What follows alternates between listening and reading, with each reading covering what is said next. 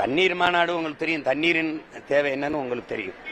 இப்ப இருக்கிற நெருக்கடி என்னன்னா, அறிவார்ந்த என்னுடைய சொந்தங்கள், என் தம்பி தங்கிகள் புரியணும்.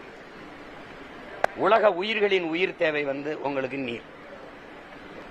அது மானுட தேவை மட்டும் அல்ல, உங்களுக்கு புரியணும் நினைக்கிறேன். அதனாலதான் நம்ம முன்னவன் நீரின்றி அமையாது உலகம்னு சொன்னான். அது உலக உயிர்களின் பால். அதை கவனிச்சுக்கணும்.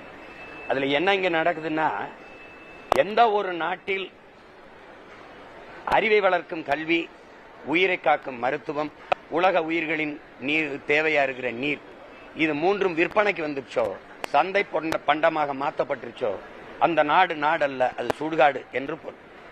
இதுல உலகத்துல 800 கோடி மக்கள் தொகையை நம்ம தொட்டுட்டோம். ஆனா 100 கோடி மக்களுக்கு தான் குடிநீர் இருக்கு. இதை நான் சொன்னா கூட நீங்க நம்மளைனாலும் நம்ம அறிவியலின் பெரு அடையாளமா இருக்கிற ஐயா அப்துல் கலாம் சொல்றாரு, 2 விழுக்காடு தான் உலக மக்களுக்கு குடிநீர் இருக்குது. அதை 20 விழுக்காடா உயர்த்துவது எப்படின்னு உலக பேரறிஞர்கள் சிந்திக்காம, உலக அதிபர்கள் சிந்திக்காம, இந்த 2 விழுக்காடு தான் இருக்கு, வித்தா நல்லா சம்பாதிக்கலாம் முடிவு பண்ணால, அங்கதான் துரோக சிந்தனை உருவாயிருச்சு.